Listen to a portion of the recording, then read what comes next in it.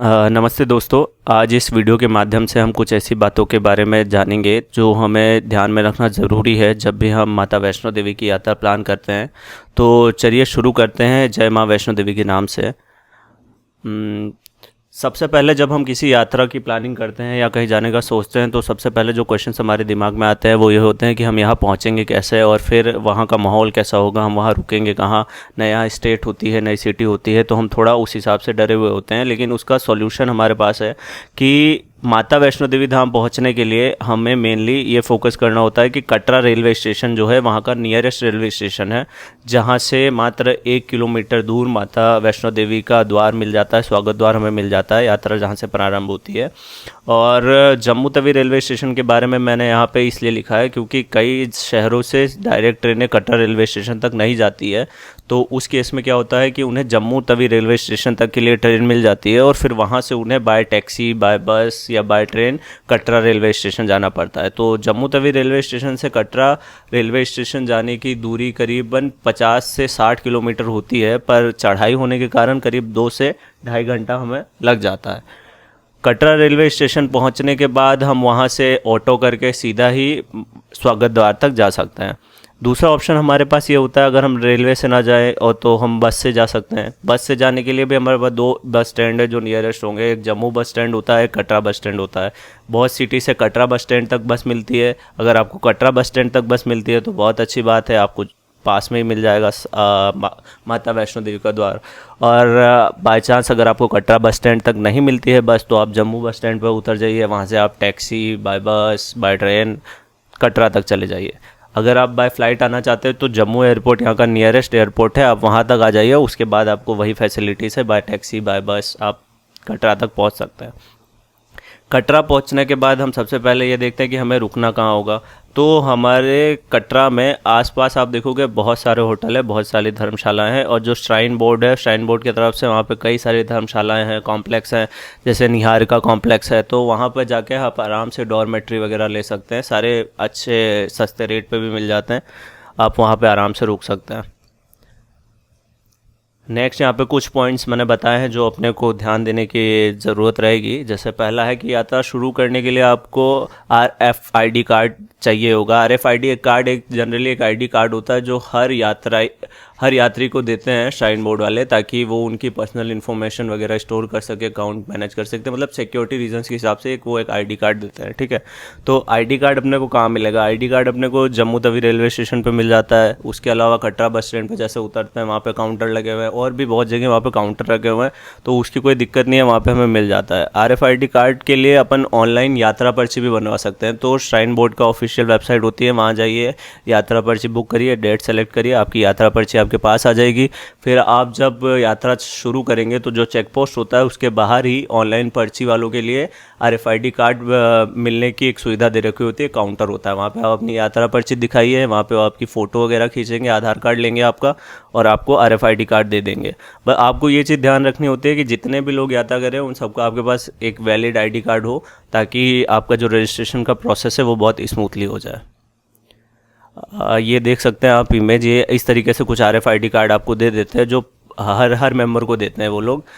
ये वो स्वागत द्वार है जिसकी मैं बात कर रहा था। कटरा रेलवे स्टेशन से आपको यहाँ तक का ऑटो मिल जाता है। Katra bus stand, Katra railway station से डायरेक्ट आपको यहाँ तक का ऑटो मिल जाएगा। इस स्वागत द्वार से पहले ही वो काउंटर है जहाँ पे ऑनलाइन यात्रा पर्ची वाले अपना RFID कार्ड प्राप्त कर सकते हैं। अगर आपने कटरा बस स्टैंड या जम्मू तवी रेलवे स्टेशन से अपना RFID कार्ड ले रखा है तो आप सीधा इस स्वागत द्वार पे आइए, अंदर की तरफ चले जाइए, वहाँ पे आपकी एक जनरल चेकिंग होती है और फिर आप थ्रू चले जाते हैं।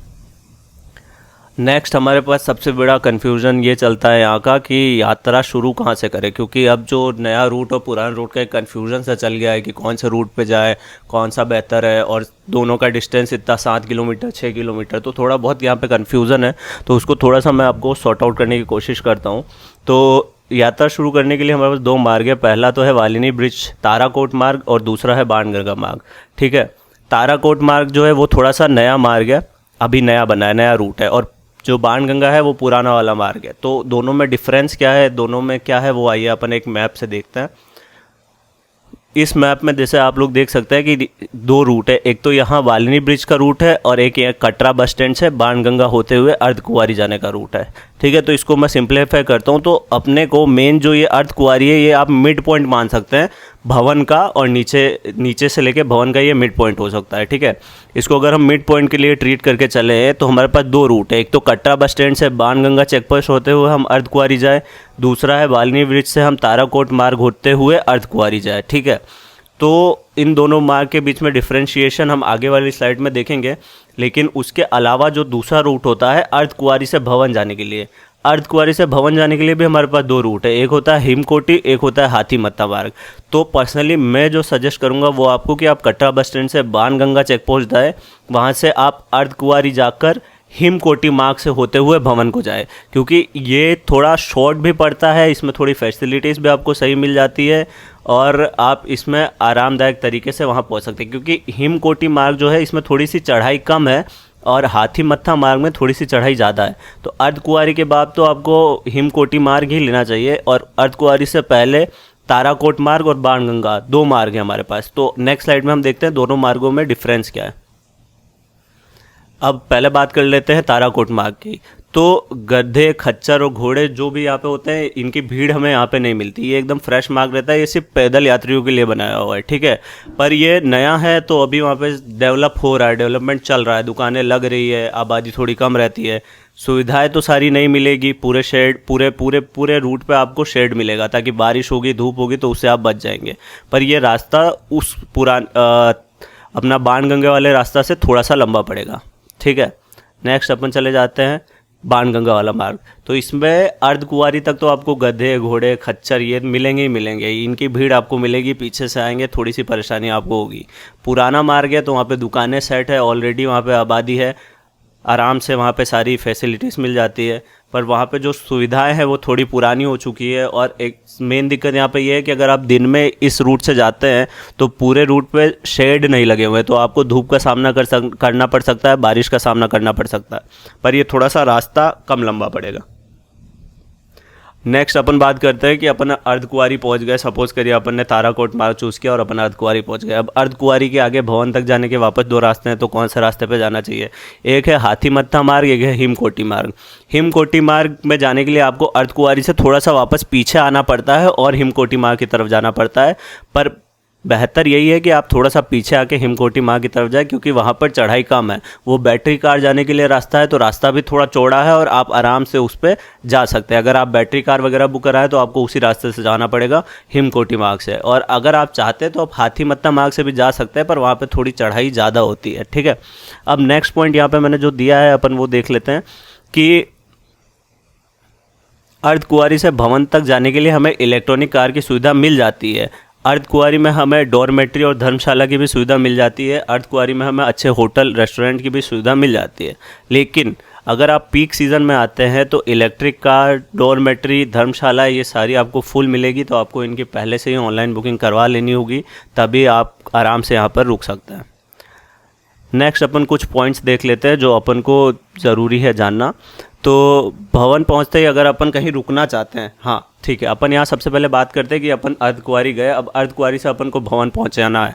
अपन ने सपोज करिए हिमकोटी मार्ग चूज़ किया, अपन भवन पहुँच गए। ठीक है, अब भवन पहुँचते ही हम सबसे पहले क्या करना चाहते हैं वो हमें देखना होगा। भवन पहुँचते अगर आपके पास टाइम है, आप वहाँ रुकना चाहते हैं, आपने वहाँ डॉर्मेट्री वगैरह बुक करा रखी है, तो आप वहाँ जाइए, आराम से डॉर्मेट्री में रहिए, रेस्ट करिए, फिर दर्शन के लिए जाइए। लेकिन अगर आपके पास टाइम कम है और आपको तुरंत दर्शन करना है, तो आप सबसे पहले क्या करें, आपके पास जो भी सामान है उसको लॉकर रूम में रखें। लॉकर, वहाँ पे 3 लॉकर बने हुए हैं और तीनों लॉकर में ऑलमोस्ट सेम ही सुविधाएं हैं, तो आपको बस जो लॉकर अवेलेबल मिल जाए उसमें आप अपना सामान रखिए और दर्शन के लिए लाइन में लग जाइए। ठीक है, पर एक चीज़ आप ध्यान में रखिएगा कि जब आप लाइन में लगे तो आपके पास कोई भी इलेक्ट्रॉनिक सामान ना हो, जैसे मोबाइल, कैमरा, वॉच और जो भी वहाँ पर अलाउड नहीं है सामान, वो कोई भी सामान आपको नहीं ले जाना। वो सारा सामान आप अपने लॉकर में छोड़ दे, या फिर आपने डॉर्मेट्री बुक रहे हैं तो वहाँ रख दे। आप पूरे लाइन में सिर्फ आप प्रसाद ले जा सकते हैं, वो भी प्रसाद काउंटर से ख़रीदा हुआ होना चाहिए। प्रसाद काउंटर से प्रसाद ले लीजिए, उसको आप लेके जा सकते हैं आराम से। और माता के दर्शन जैसे हमें हो जाते हैं तो उसके बाद हमें क्या करना चाहिए, जब हम लाइन में लग के माता के दर्शन कर लेते हैं तो उसके बाद हमें तुरंत रोपवे के लिए लाइन में लगना होता है। भैरव घाटी जाती है जो रोपवे, भवन से लेके भैरव घाटी जाती है। आप सीधा उसके टिकट की लाइन में लगिए, आप टिकट लाइए और आप सीधा रोपवे के लिए लाइन में लग जाइए। आपको अगर भवन से भैरव घाटी तक पैदल जाना है तो भी आप जा सकते हैं, लेकिन वो चढ़ाई चढ़नी पड़ती है, 2.5 किलोमीटर का रास्ता है, थोड़ा सा टफ पड़ता है। हमारे पास रोपवे की सुविधा इसलिए गवर्नमेंट ने दे रखी है, अगर आप उसका यूज़ करना चाहते हैं तो 100 रुपये करीब उसका टिकट होता है। आप टिकट लीजिए, लाइन में लगिए और सीधा भैरव घाटी के लिए चलिए।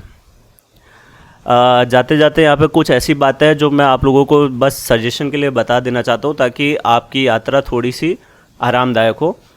जैसे हमें यात्रा का टाइम क्या चुनना होता है वो अपने ऊपर होता है, लेकिन आपको ये चीज़ जाननी ज़रूरी है कि सुबह 5 से लेकर 8 बजे तक आरती होती है और शाम को भी 7 बजे को आरती होती है। ठीक है, तो आरती के टाइम अगर आप भवन पहुंचते हैं तो आपको बहुत लंबी लाइन में लगना पड़ता है, क्योंकि सुबह 5 से 8 तक दर्शन की लाइन बंद कर देते हैं, सिर्फ आरती होती है।